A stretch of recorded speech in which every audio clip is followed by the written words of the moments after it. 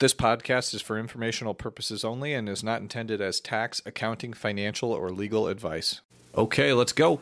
Hey everyone, welcome back to the Sandwich Bread Podcast. We've been off for a couple weeks, but we're back and we're moving to a bi-weekly schedule going forward. Today's episode is one you'll want to share, especially if you or someone you know is carrying student loan debt. I'm joined by David Gourley, a student loan strategy expert who has helped his clients secure over $17 million in forgiveness, and he's done over 700 consultations. There are some significant and time-sensitive changes happening in this federal student loan space right now, and this episode will walk you through exactly what to do and what to know. Let's get into it. Welcome, everybody, to another episode of the Sandwich Bread Podcast. I'm your host, Tom Kaminsky. On this show, we have conversations about life and money for the sandwich generation, and very special episode today. We're excited to have on the show David Gourley. Gore like poor. He told me not to say that.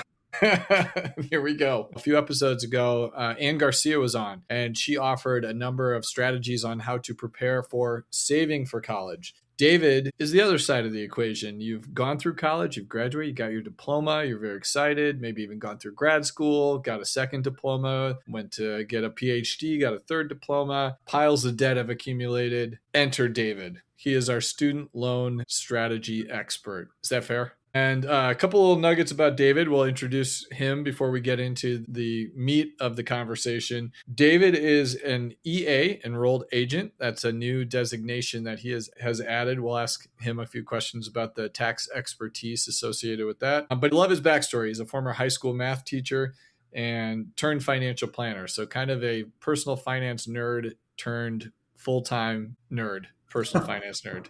Doesn't moonlight anymore. It's full time. But one thing I really like about David, besides being a fellow Kansas Citian, he really has a specific subset of folks he's focusing his energy and time on. He likes to work with teachers and their spouses and partners, but he also does student loan consultations. So he'll do like case-based work specifically around student loans. And I am, as a financial planner, my job is to have a good grip on all things financial planning, when there is a niche or a narrow need, I like to pull in experts if appropriate. And David is one of those experts. He knows this space extremely well. It's very opaque. It's very complex, which you'll learn very shortly here in this episode. And you really need somebody keeping the pulse of these types of things to do a good job developing strategies for it. So very interesting stuff. In David's work, he has done over 700 student loan consultations. He's helped folks secure forgiveness for 17 million plus in loans. That's probably framed all right. That's good. So he has deep expertise in this area. So welcome, David. Yeah, you bet. So let's real quick on your background before we get into the topic of the day. What was the pull that took you from a math teacher into the financial planning profession? Yeah, that's a good question. So a lot of it centered around my wife and I were both teachers. My parents were both teachers, grandparents were teachers, aunts, uncles, teachers. I come from a teacher family. And basically as I was growing up and kind of seeing how things were happening around me, I realized, and as I started my own family and was looking around there, I couldn't find advice and good advice for teachers. And so that kind of drove the conversation that somebody needs to do this work. And now that I've gotten out and done it myself, there is a nice community of teachers, former teachers that are financial planners. But I didn't find that back whenever I first started. And so that was really what drove me out of the classroom and to help other people. Super cool. And you can see the connection between student loans and being a teacher, but what specifically attracted you to student loan consultation work and solving for student loan chaos? You know, we've experienced the last couple of decades have been just chaos with the student loan space, but what specifically attracted you to that or got you in that path? Funny enough, I ran my own podcast back in 2020, and I had a guest on that talked about public service loan forgiveness, and I had never heard of it before that time. And then as I got out and was really getting into the financial services work, it kept coming up time and time again that student loans were the biggest pain point for most educators and most people in public service that needed some sort of financial help. Yeah. Student loans were always the front and center topic. And so I just kept pushing more and more of how can I get myself to be in a position where I can help these. And I would imagine, you see a wide spectrum of income levels with the consultations you've done, but teachers in particular, if you've got a couple $100,000 in student loan debt, forgiveness is the path, right? We have to figure out that journey to get out from under it because the salaries aren't sufficient typically to pay off the loans. 100%. Whereas if you're a physician, surgeon, somebody who specializes, your income is such that you could kind of fumble your way and inefficiently get your loans paid off by virtue of your income. But for folks, social workers or folks or teachers, you have to figure out the journey. You have to come up with solutions. And for the listeners, if you have student loan debt, you've seen over the last 10, 20 years with each new administration, a sharp turn, or even worse than a turn is a layering of programs on top of one another. The layering of programs on top of each other is awful. It's awful. And I feel horrible for borrowers because it's just an unfair set of circumstances for folks to navigate. My wife and I actually went through getting her student loans forgiven. And the turns we experienced on that journey, as we were doing everything diligently, were very stressful and took a lot of careful planning to get that forgiveness. And even then, when we logged into our servicer website and saw the zero, we were like, all right, download every document, screenshot everything. We were so skeptical that it actually had been accomplished. So it's a very difficult and stressful journey. And our goal for this episode is to update you on the state of affairs. We have a big deadline coming July 1st. And David can kind of catch us up to speed on what that deadline means, all the nuances of the changes that are underway, and add the careful caveats that it could all change in the blink of an eye.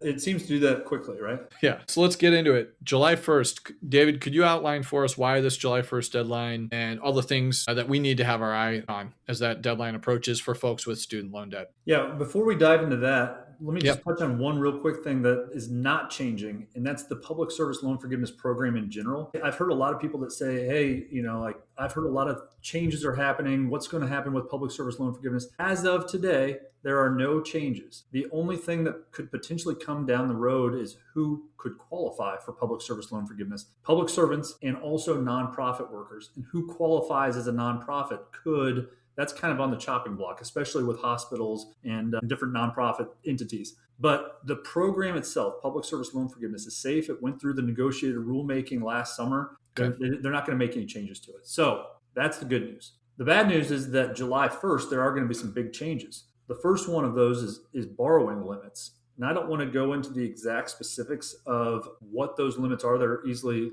Googleable. But it's important to note that if you're going to be a new borrower, or you're starting a new program even, or you have a kid who's starting a new program, there are borrowing limits out there for Parent Plus borrowers, for undergrad borrowers, for graduate borrowers. Actually, undergrad didn't change, but for graduate borrowers as well. So that's an important thing to note, and it's going to change. It's going to have to change the landscape of student loans because college prices don't tend to trend downwards, right?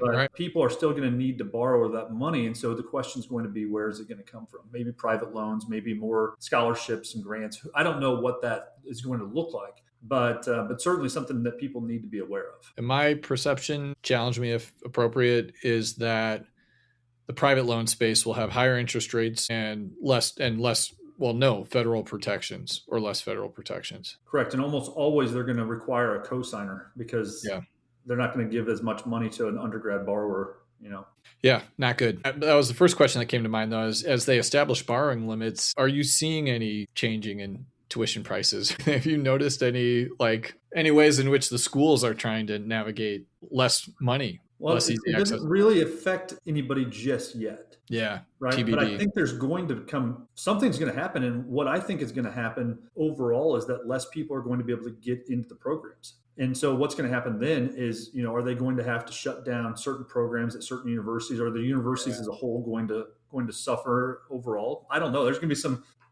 I think it's going to be about a 5 to 7 year window before we really see the ramifications of what happens today. Interesting. Very interesting. Okay.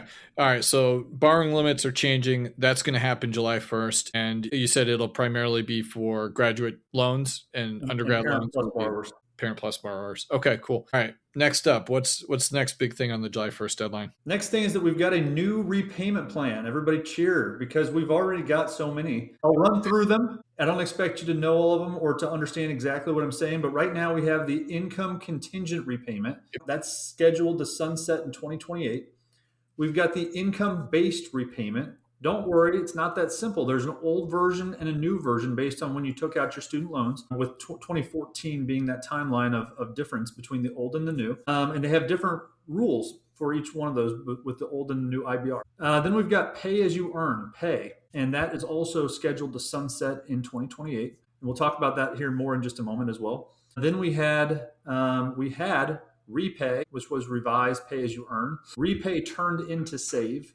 Save got cut, it's dead. And now finally in 2026, they're introducing the repayment assistance plan. And so that's going to be the new repayment assistance plan that's scheduled to start July 1, but loan servicers are in disarray. They don't know what they're doing. I'm not sure it's actually going to start July 1, but we'll have to see how that works. I mean, and if I'm not mistaken, I think that's 4 administrations that, exactly. I mean, that's how you can kind of timestamp these. A new administration comes in and they basically say, well, this program's a disaster. I'll add another layer on top of it to solve the problem. And this repayment assistance plan, as a general kind of rule of thumb, which those don't always work out, right? But if we were to look at it, if somebody were just to listen and had no idea what they were doing, old IBR is generally the worst repayment plan. Repayment assistance plan, this new one, will probably be the middle. And if you qualify for pay or the new version of IBR, that's generally the best option to be on. And the reason why is because of how they calculate the monthly repayment amount. I don't want to get into specifics. It will get intensely complicated at that point, but they're all based on different factors. And so usually, like I said, old IBR is generally the worst repayment option. Repayment assistance plan, RAP, that new one that comes out July, is going to be the middle one. And if you qualify for the new version of IBR or potentially pay, those are the ones you will probably want to get on. Okay. And the action item for listeners would be try to get into these programs before July 1st because those doors will be shutting. Is that fair? New IBR does not shut. Old IBR does not shut. Pay, they're talking about right now shutting the door on it on July 1. For any new applicants trying to get into pay as you earn, I would get on that very quickly. So who does that affect? This is borrowers who took out loans between 2007 and 2014. That's the subset that we're talking about right here. If you took out loans before 2007, you don't have access to pay. If you took out loans after 2014, then you can go on to new IBR, which is the exact same terms as pay. So really, there's a middle ground. When we talk about the sandwich, this is the sandwich right there, right? For the Sandwich Bread podcast. This is the sandwich right there from 2007 to 2014, where if you took out loans during that time, you want to get on pay quickly. So that way you can take advantage of the lower repayment options. Okay. All right. Very good. Until the next administration, then we'll have a new. They're running out of acronyms, though. Yeah. There's only so many I's for income and various iterations that they'll just have to. So, okay. Very good. Let's talk consolidations after July 1. Are there limitations there in the future? If you take out a new loan after July 1, or if you consolidate old loans, those particular loans will only have access to the repayment assistance plan. So you lose access to IBR, you lose access to pay, you lose access to ICR if it's around. So all those things that you could potentially get on right now, if you take out a new loan or you do a consolidation after July 1, you're done. RAP is it. RAP is not, it got a bad rap. Is that for a little while? For a little while, it got a bad rap. But after I've kind of dug into it, it's not a terrible, terrible plan. It's just, why not take advantage of the even better plans if you can? Like new IBR. But the bigger one on this, as far as consolidations, is Parent Plus borrowers. And Parent Plus borrowers have a very, very tight deadline right now. We're at the end of May when we're recording this, and they have until July 1st to consolidate their Parent Plus loans into a direct consolidation loan and apply to get on the income contingent plan before July 1. This is the reason why this is a big deal. If they don't have that loan processed by July 1, and what that means is that they can apply for it today.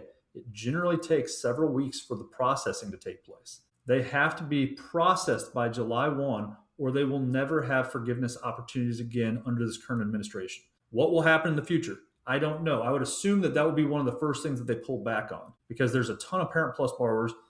Most of them, I know your podcast is getting several million downloads a week, but I'm not sure that all the Parent Plus borrowers are listening to the podcast right now. And so there's going to be a lot of people that don't know that they need to take action right now. So most of the folks in the country with those types, with Parent Plus loans, we get most of them listening. So we should not all. We've got to get more people listening to the Sandwich Bread podcast.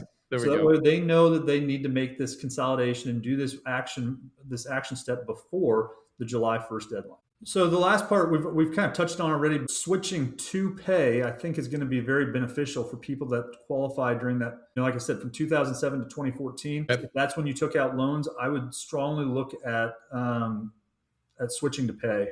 Okay. For that reason. A big deadline coming up. And so folks, listen and re-listen to this section of the podcast if needed. David is a wonderful resource. So if you do need to dig in deeper, we'll share in the show notes where you can find him if you do need sort of a one-off consultation. Bigger picture though, in the student loan space, do you have any other comments to add about trends you're seeing, things with the new plans that are out that you'd like to share some notes on? Yeah, one of the big things that has come up, they were saying for a while that anybody who's working on public service loan forgiveness, that if you did a consolidation, you were going to get a weighted average of all of your payments. So what that basically means is that if you had old loans that had a higher payment count and new loans that had a lower payment count, you could consolidate them and get the weighted average on those two consolidation loans together. They've also gone one step further and said that if you're working towards any forgiveness, even including the IDR long-term forgiveness, that the weighted average does count now.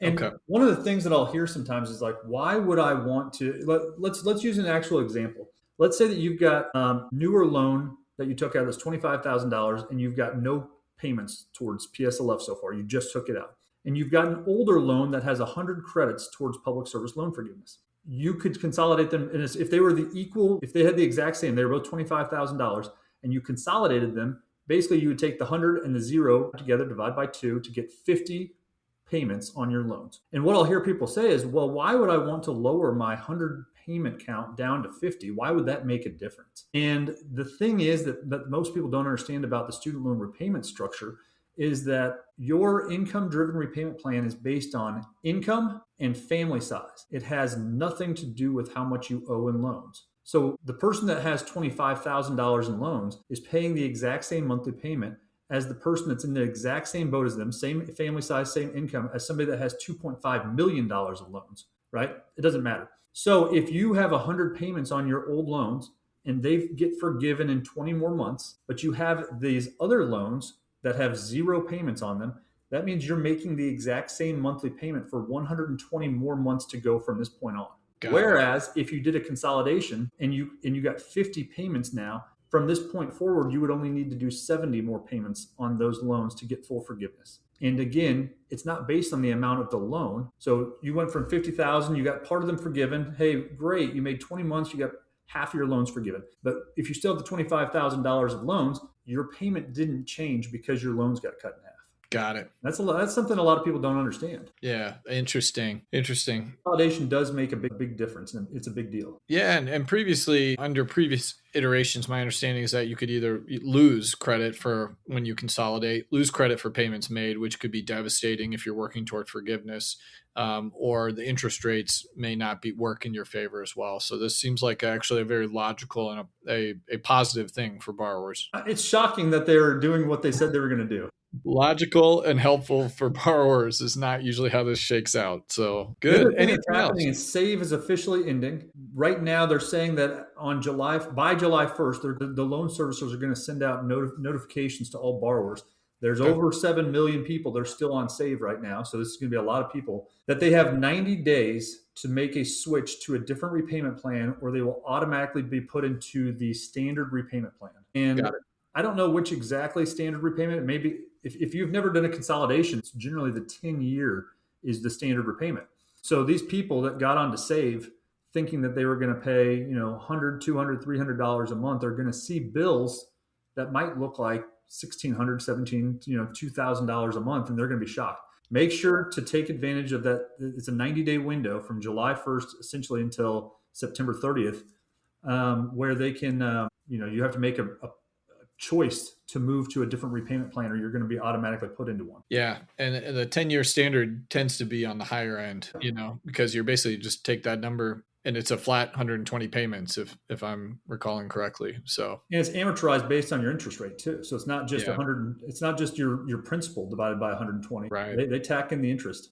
So that'll be kind of shocking and disruptive. I hope your calendar is clear, David. You're going to get a lot of calls. Summertime, we like to, We don't need balls in the summer, but yes, I'll have enough for people to book something. And then the final thing that I think is important to note here is that how you file your taxes makes a big impact on your income-driven repayment plan. So if you are married and you file separately, and I always put a caveat on this and like a little asterisk, you need to work with somebody that can run a report for you on what it looks like to file taxes, married filing jointly versus married filing separately.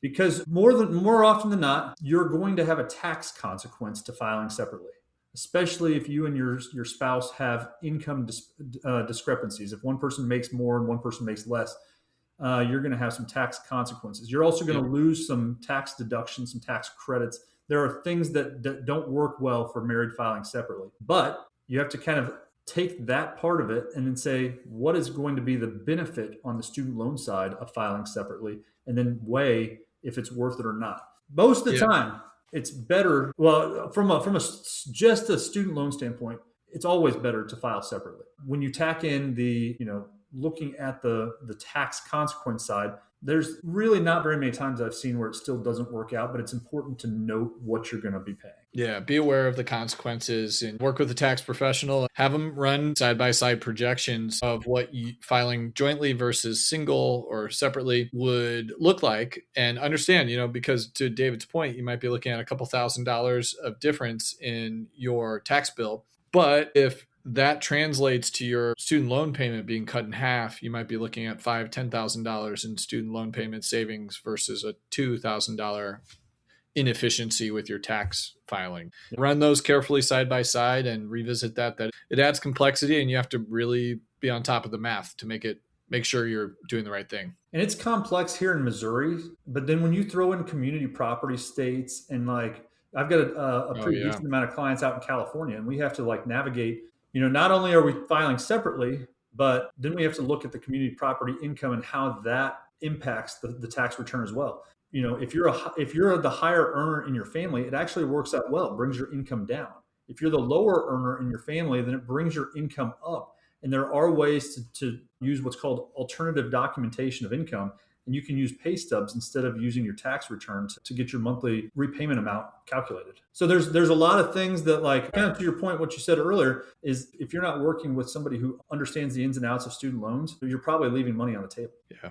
David, this has been awesome. It's been a really good update, timely. With that deadline coming, we really appreciate you bringing your expertise to the table. David, where can folks find you to either listen to if you have a regular newsletter, where can they find that, and where could they find you either online or elsewhere? Yeah, my website is probably the best place to go, and that's www.k-12planning.com, k-12planning.com. And I try to keep up with a blog. That sometimes happens, but I do have a weekly newsletter that comes out every single week. And I actually just did this exact topic in a newsletter as well. So it's one of those where as changes happen, as I find out information, I'm pushing that out to the people on that newsletter as well. Very good. Well, we'll have to have you back on because, by the time this is published, I'm sure there will be a new executive order blowing up half of what was discussed here, unfortunately. So we appreciate you taking some time to catch us up to speed on student loans. Yep. Thank you for having me. I appreciate it.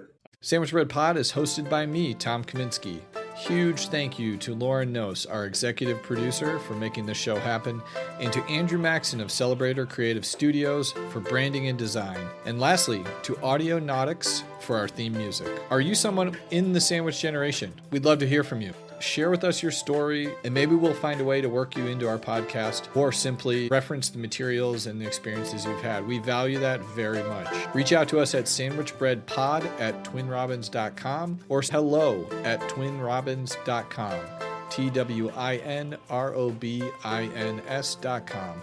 Thanks so much again for listening. The information discussed in this podcast is only for general explanations and education. It is not specific tax, legal, or investment advice. Before acting on anything you heard here, first consult with your tax, legal, or investment advisor. Past performance of any investment discussed in this show does not guarantee future results. Twin Robins Capital LLC is a registered investment advisor offering advisory services in the states of Missouri, Kansas, Georgia, Indiana, Virginia, and in all other jurisdictions where accepted. Registration does not imply a certain level of skill or training. This is a Twin Robins production.